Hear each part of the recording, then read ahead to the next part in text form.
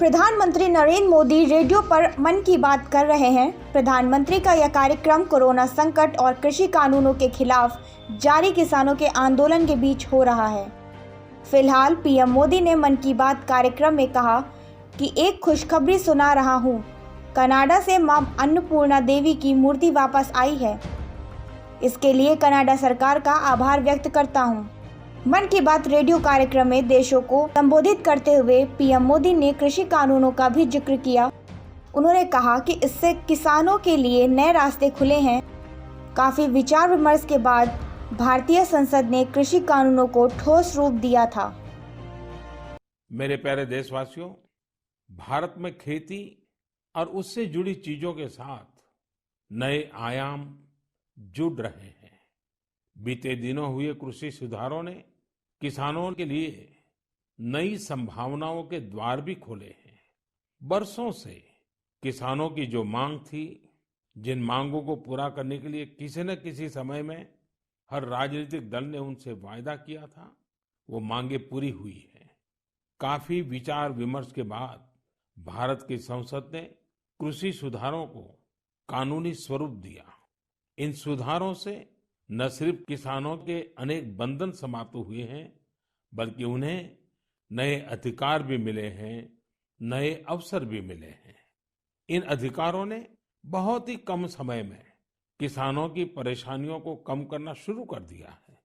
महाराष्ट्र के धुले जिले के किसान जितेंद्र भोईजी ने नए कृषि कानूनों का इस्तेमाल कैसे किया, ये आपको भी जानना चाहिए। जितेंद्र भोईजी ने मक्के की खेती की थी और सही दामों के लिए उसे व्यापारियों को बेचना तय किया। फसल की कुल कीमत तय हुई करीब 3,32,000 रुपये। जितेंद्र भोई को 25,000 रुपये एडवांस भी मिल गए थे।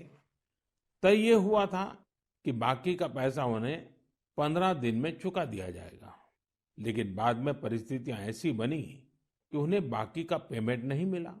किसान से फसल खरीद लो, महीनों महीनों पेमेंट न करो।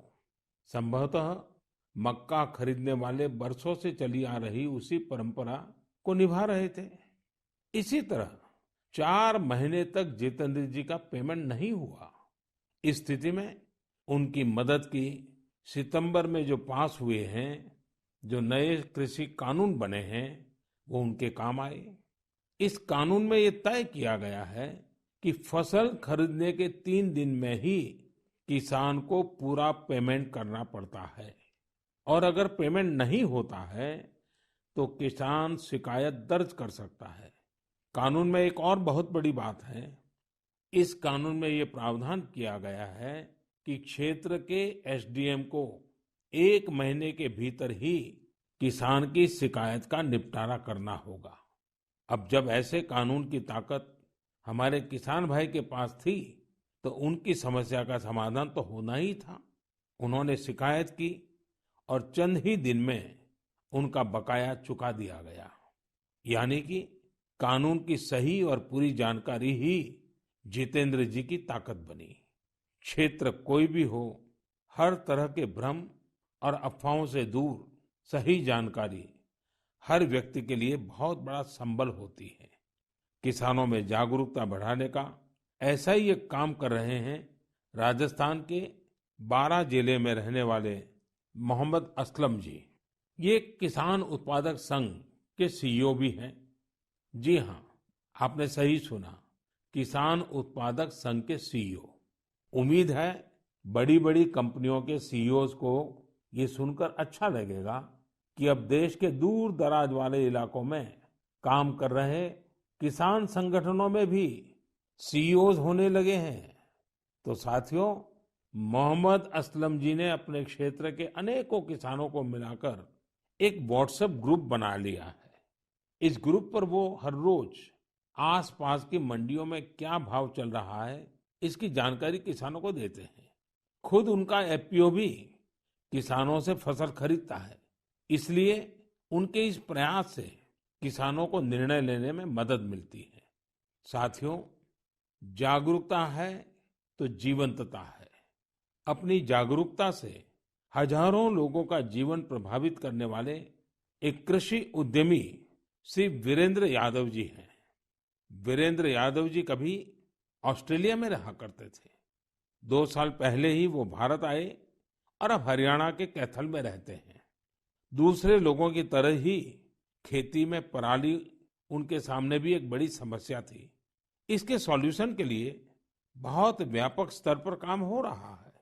लेकिन आज मन की बात में मैं वीरेंद्र जी को विशेष तौर पर जिक्र इसलिए कर रहा हूं क्योंकि उनके प्रयास अलग है, एक नई दिशा दिखाते हैं।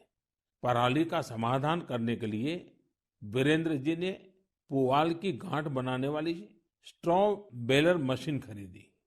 इसके लिए उन्हें कृषि विभाग से आर्थिक मदद भी मिली। इस मशीन से उन्होंने पराली के गट्ठे बनाना शुरू कर दिया। गट्ठे बनाने के बाद उन्होंने पराली को एग्रो एनर्जी प्लांट और पेपर मिल को बेच दिया। आप जानकर हैरान रह जाएंगे कि वीरेंद्र जी ने पराली से सिर्फ 2 साल में 1.5 करोड़ रुपए से ज्यादा का व्यापार किया है और उसमें भी लगभग 50 लाख रुपए मुनाफा कमाया है। इसका फायदा उन किसानों को भी हो रहा है जिनके खेतों से वीरेंद्र जी पराली उठाते हैं। हमने कचरे से कंचन की बात तो बहुत सुनी है, लेकिन पराली का निपटारा करके पैसा और पुण्य कमाने का यह अनोखा उदाहरण है।